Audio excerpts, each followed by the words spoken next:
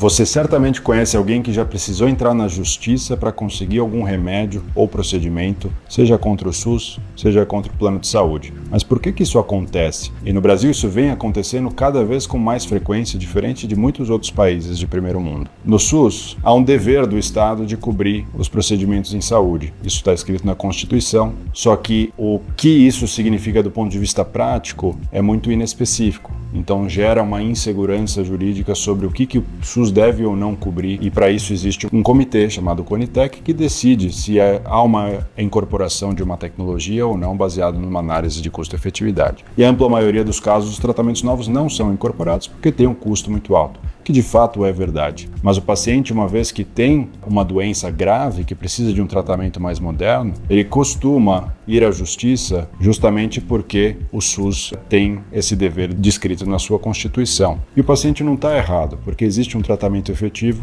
que às vezes ele não tem acesso simplesmente por depender do SUS. Existem ainda os tratamentos que foram recomendados favoravelmente pela CONITEC, mas que o governo não disponibiliza a verba adequada através da APAC, que é o modelo de reembolso dos centros oncológicos. Então, na prática, o remédio não chega. Isso é o caso de imunoterapia para melanoma, para câncer de pulmão, isso é o caso para inibidores de ciclina e alguns tratamentos alvo dirigidos, onde já existe a recomendação favorável, porém não há a verba que inviabiliza o seu uso no dia a dia. Os pacientes também recorrem à justiça às vezes para conseguir. Quando a gente fala de plano de saúde, existem alguns problemas. O mais comum que nós vemos na oncologia é um tratamento que é aprovado pela Anvisa, mas que não está coberto no rol de procedimentos de cobertura obrigatória da ANS. E isso existe uma aberração do sistema brasileiro, que é exclusivo nosso, onde um remédio endovenoso que é aprovado tem a incorporação automática. Porém, um remédio que é por via oral precisa passar por uma análise do comitê da ANS que leva pelo menos 6 meses para ser analisado e muitas vezes é negado, apesar de ter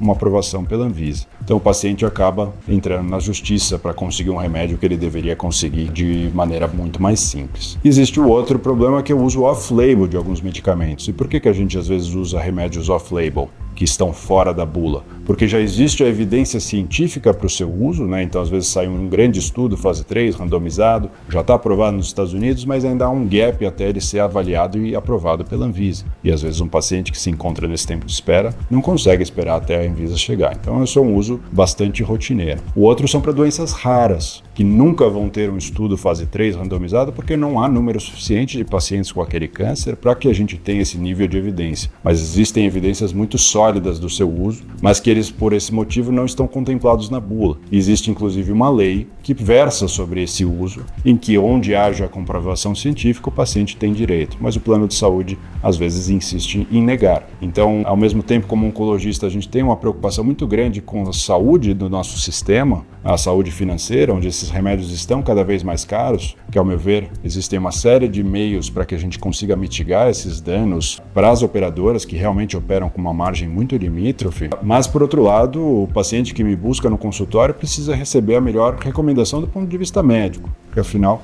eu sou médico daquele paciente. Então eu nunca estimulo a judicialização, mas quando o paciente opta por fazê-lo, eu tenho que fazer a recomendação por escrito com um relatório, justificando, e às vezes dá certo, às vezes não dá certo, mas a gente sempre tenta oferecer o que tem de melhor dentro do que está disponível e com evidência científica de que possa funcionar. Se ficar com alguma dúvida de como funciona nosso sistema de saúde, aspectos de judicialização, posso tentar responder da melhor maneira possível.